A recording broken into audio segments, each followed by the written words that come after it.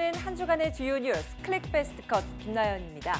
이번 한 주 어떤 사진이 화제에 올랐을까요? 사회부 김종선 기자와 함께 살펴보겠습니다. 김 기자 어서 오세요. 네, 안녕하세요.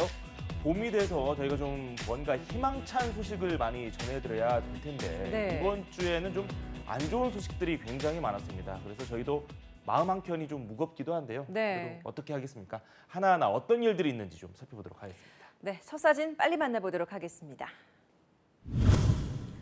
네, 이렇게 송아지 두 마리가 젖을 먹고 있는 걸 보니까 네. 어미소인 것 같아요. 이 송아지 사진이 왜 첫 사진으로 등장했나요? 불길을 뚫고 태어난 쌍둥이 송아지입니다. 지난 5일 새벽에 강원도 고성군의 한 농가에서 태어난 송아지들의 사진이죠. 아, 불길을 뚫고 태어났다. 5일 새벽이면 그날이 사실 강원 산불 발생했던 그날 아닌가요?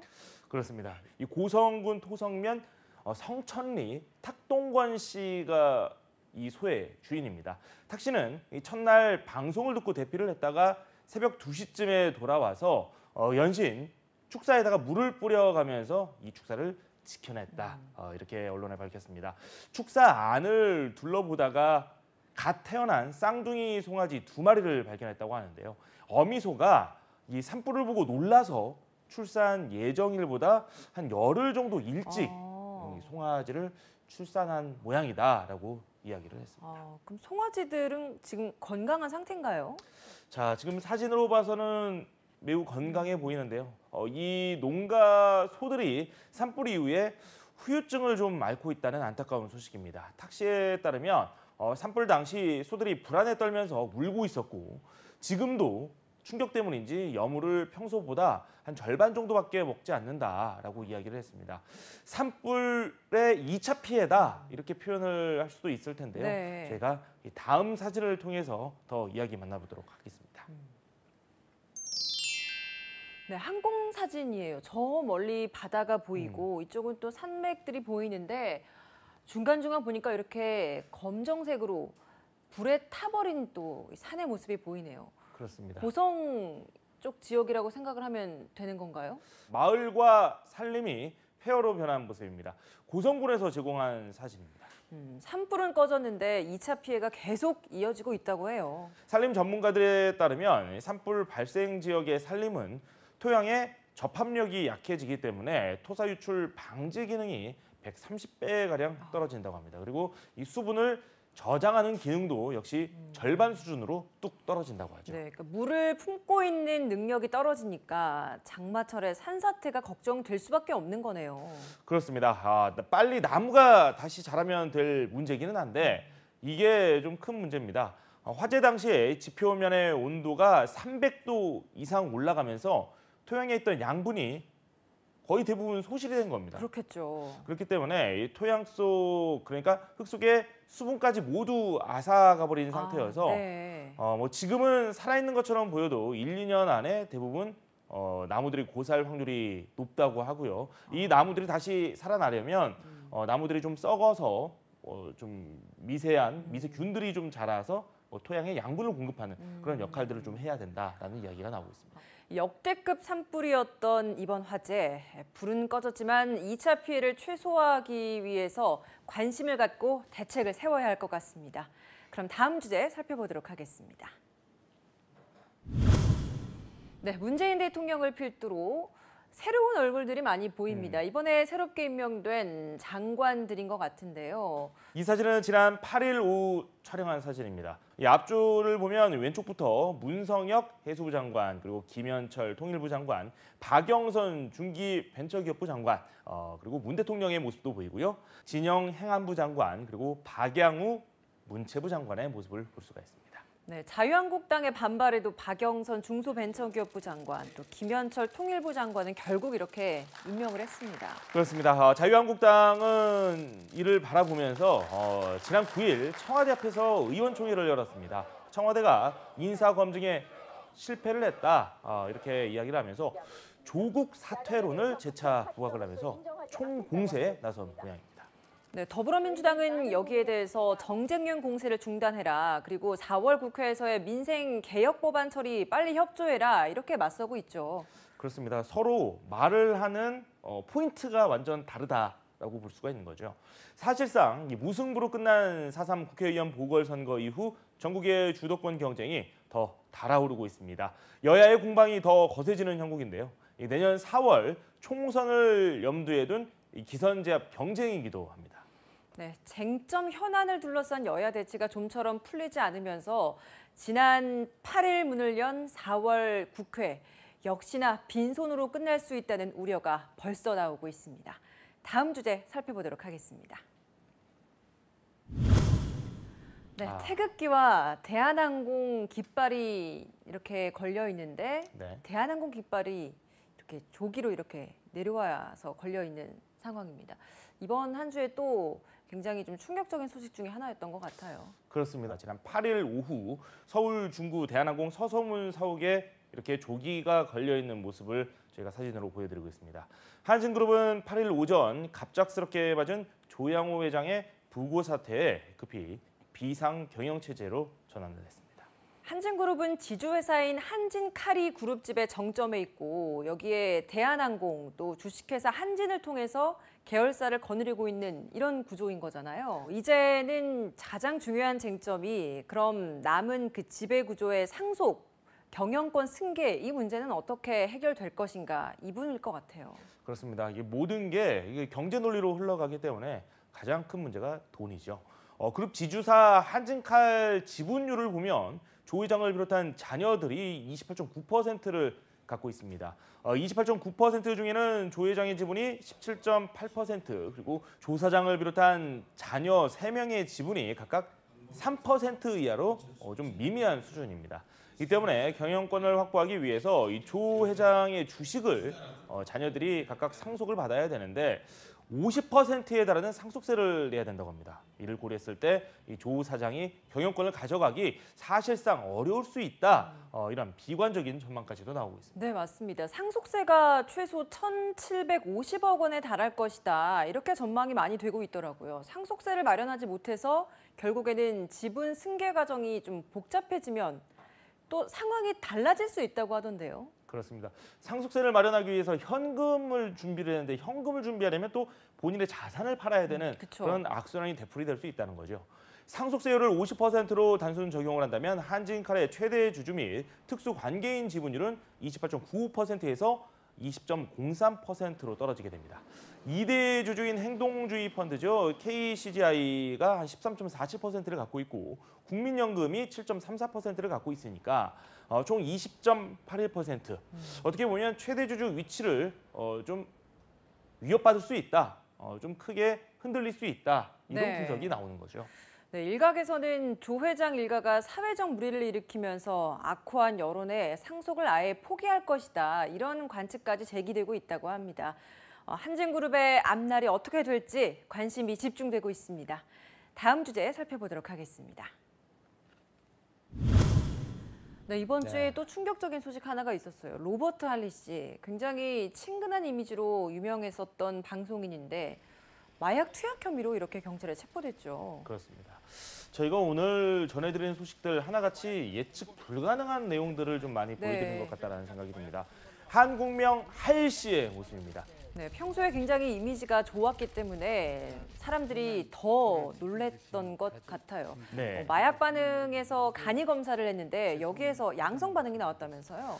그렇습니다. 일반적으로 간이 검사에서는 마약을 투약한 뒤 열흘이 지나면 음성 반응이 나온다고 합니다. 그런데 간이 검사에서 양성 반응이 나왔다는 것 자체만으로 하 씨가 최소한 열흘 이내, 그러니까 최근에 했다는 거네요. 마약을 했다는 의미겠죠. 네, 하 씨, 이날 취재진 질문에 죄송합니다, 마음이 무겁습니다라고 답하면서 사실상 혐의를 인정했죠. 그렇습니다. 하일 씨, 미국 유타주 출신입니다. 1986년부터 한국에서 활동을 시작해서 예능 프로그램 그리고 CF 등에서 유창한 부산 사투리 그리고 입담을 선보이면서 큰 인기를 얻었습니다. 1997년에는 미국 국적을 포기를 하고 한국으로 아예 귀화를 해서 한국인이 됐습니다. 영도 하시를 연 시조라고 볼 수 있죠. 네, 사실 지난주 저희 클릭 베스트 컷에서도 재벌 3세들 마약 이야기 전해드렸었거든요. 근데 이번 주에 또 이렇게 마약 관련 이야기를 전해드리게 됐어요. 정말 안타깝습니다. 이 버닝썬 사태부터 매주 끊임없이 마약 관련 사건이 나오고 있습니다. 유명인들의 마약 사범이 잇따라 좀 적발이 되고 있고 국민이 체감하는 심각성 더 클 수밖에 없는 상황입니다. 네, 더 큰 문제는 더 이상 이런 마약이 유명인들만의 전유물이 아니라는 사실일 것 같아요.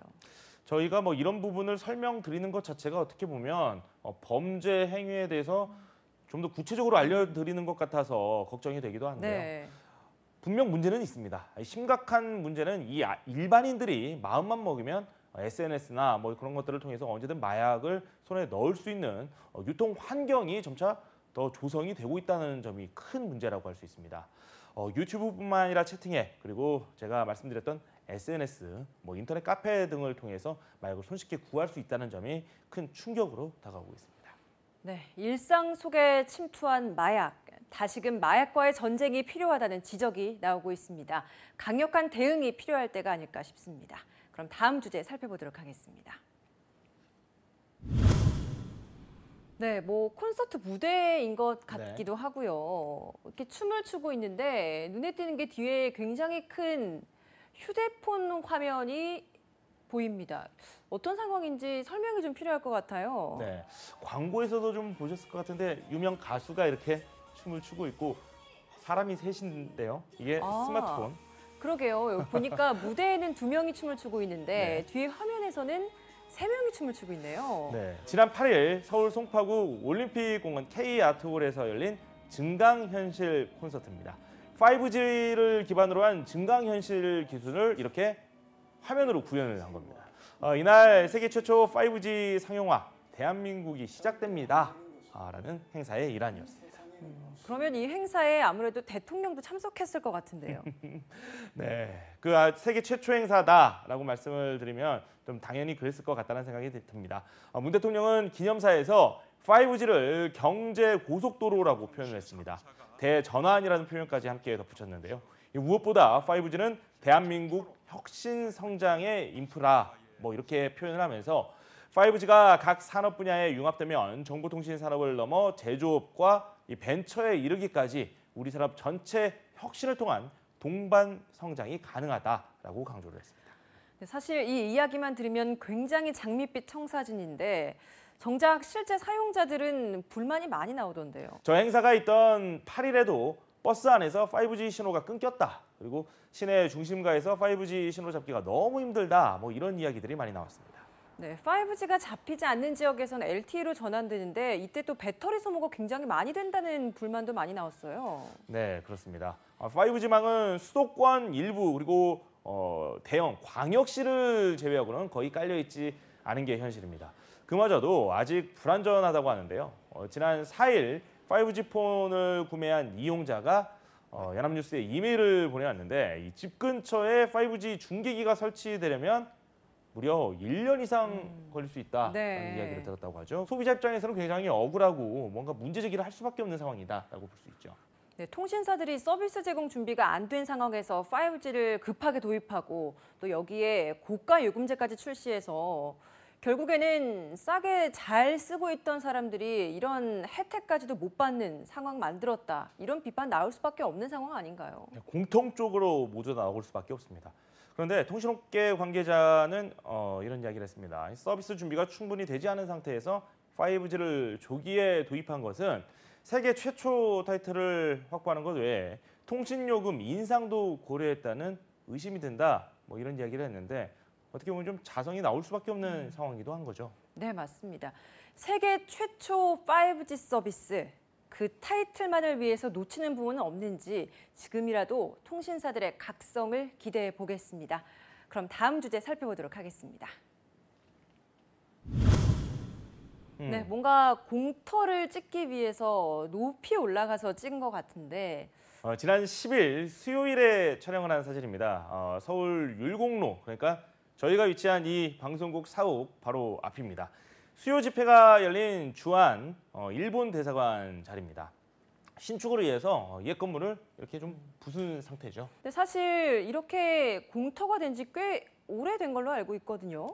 이 종로구청에서 건축 허가를 내준 게 2015년입니다. 2020년 완공을 목표로 기존 부지에 지하 3층 그리고 지상 6층 규모의 새 대사관 건물을 짓기로 하고 2015년 7월 바로 옆에 있는 건물로 임시 이전을 하고 철거를 했습니다. 네, 그러다가 또 공사가 한번 중단되기도 했잖아요. 그게 바로 2016년 1월 기존의 건물, 이 건물을 철거하는 현장에서 옛날 물품이 나온 겁니다. 조선시대 유물이 나온 겁니다. 그래서 그 공사 철거 현장에서 잠시 공사가 중단이 되고 유물 발굴과 철거 작업이 이어지기도 했습니다. 이후에도 공사가 계속해서 지연되는 그런 원인을 제공하기도 했습니다. 네, 벌써 사실 3년이 넘었는데 이렇게 계속 방치가 돼 있는 거잖아요. 그렇습니다. 그런데 이번 주 알려진 바에 의하면 지난달 4일 종로구청에서 일본 대사관 측에다가 이 건축 허가를 취소하겠다라고 통보했다고 합니다. 2015년 건축 허가를 내준 지 4년 만인데 건축법상 이 건축 허가가 나면 1년 이내에 착공을 해야 하고 연기 신청 없이 허가 2년이 지나면 취소가 될 수 있다는 겁니다. 이 종로구는 그동안 일본 대사관 측에 공사를 시작해달라, 이 착공 연기 사유가 있으면 알려달라 이렇게 뜻을 전했지만 일본 대사관 측이 반응 자체가 없었다고 합니다. 그러니까 무슨 이유인지 정확히 좀 알려줘야 되는데 알려주지 않았다는 건데 어떤 이유들이 좀 예상이 되는 겁니까? 자, 지금 많이 나오는 관측 중에 하나가 이 외교가 소식이 좀 전해 오고 있습니다. 일본 대사관 터 앞에 저희도 잘 알고 있는 일본군 위안부 피해자들을 기리는 평화의 소녀상이 설치되어 있습니다. 그쵸. 그리고 매주 수요일에 좀 관련 집회가 열리고 있는데 뭐 이런 것과 좀 무관치 않다라는 분석이 나오고 있습니다. 네, 일본군 성노예 문제 해결을 위해서 수요 집회 매주 열리고 있는데 벌써 1000회가 훌쩍 넘었습니다. 1992년 1월에 미야자와 당시 일본 총리의 방한을 계기로 시작이 됐는데 이번 주에는 1382번째 집회가 열리기도 했습니다. 그 자리에 서 있는 이 평화의 소녀상 수요 집회 1000회를 기념해서 2011년 12월에 세워지기도 했죠. 네, 그렇습니다. 시민단체들이 2017년부터 일본 대사관 앞에 강제징용 노동자상을 설치하려고 하고 있습니다. 이것도 일본 정부가 현재 위치에 대사관 신축을 하는데 큰 부담을 느끼는 이유로 꼽히고 있습니다. 네, 자기 집터를 비워두고 바로 옆 상업시설에 새들어 살고 있는 일본 대사관. 과거를 제대로 정리하지 못한 일본의 모습을 보는 것 같아 씁쓸합니다. 그럼 다음 주제 살펴보도록 하겠습니다. 네, 문희상 국회의장이 한 여성분과 함께 무언가를 들고 사진을 찍고 있습니다. 어떤 사진인지 설명이 필요할 것 같은데요. 네, 일단 딱 봐도 도장이에요. 도장처럼 보이는데 네. 지난 8일 국회에서 촬영을 한 사진입니다. 여성분을 좀 잠시 소개를 해드리자면 대한민국 임시의정원의 마지막 의장 홍진 선생의 손자며느리 홍창효 씨입니다. 임시의정원이라고 하면 지금의 국회와 비슷한 입법기관이라고 할 수 있죠. 정확히 찝어주셨는데요. 이 두 분이 들고 있는 게 바로 제가 도장이라고 말씀을 드렸는데 네. 이게 바로 대한민국 임시의정원의 관인이라고 합니다. 1919년 4월 10일부터 1945년 8월 22일까지 공식 문서에 이 도장이 실제로 날인이 됐다고 하죠. 그러면 해방 전에 우리 의정원이 실제로 역할을 했었던 살아있는 역사라는 거네요. 그렇습니다. 홍 씨는 관인을 고국에 기증하라는 남편 홍석주 씨의 유언에 따라 한국을 찾았습니다. 유족들은 1973년 미국으로 이주를 해서 46년간 객지에서 생활을 하고 있습니다. 네, 할아버지에서 손자 그리고 손자 며느리로까지 이렇게 이어진 거네요. 그렇습니다. 홍 씨가 이 남편이 관인을 보관해온 과정을 소개를 했는데요. 한국에서 일본으로, 일본에서 미국으로 이렇게 유학 생활을 하면서도 늘 이 도장을 몸에 지녔다고 합니다. 아무도 뺏어가지 못하도록 관인을 베개 안에 숨기고 잠을 자기도 했다고 그런 이야기를 했습니다. 네, 지난 10일이 임시의정원 100주년이었고 또 다음 날인 11일이 임시정부 100주년이었는데 이렇게 임시의정원의 관인은 돌아왔는데 그럼 임시정부의 관인은 어떻게 됐을까 궁금하거든요. 네, 임시정부의 공식 관인, 이 해방 직후 국내에 들어왔는데 6.25 전쟁 당시 사라졌다고 합니다. 현재 행방이 묘연한 상황입니다. 네, 대한민국은 민주공화국으로 함. 100년 전 임시헌법 제1조입니다. 조선 왕조가 막을 내린 후 군주제를 부활하지 않고 공화정제를 향해 나아간 우리 조상들의 뜻을 기리는 기회가 됐으면 좋겠습니다.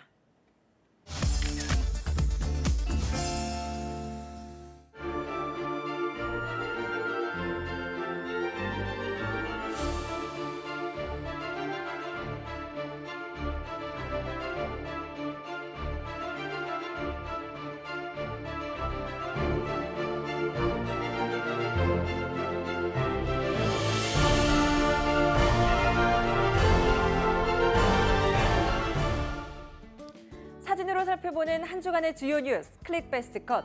저희는 다음 시간에 더 재미있고 의미 있는 사진을 가지고 다시 찾아뵙겠습니다. 시청해주신 여러분 고맙습니다.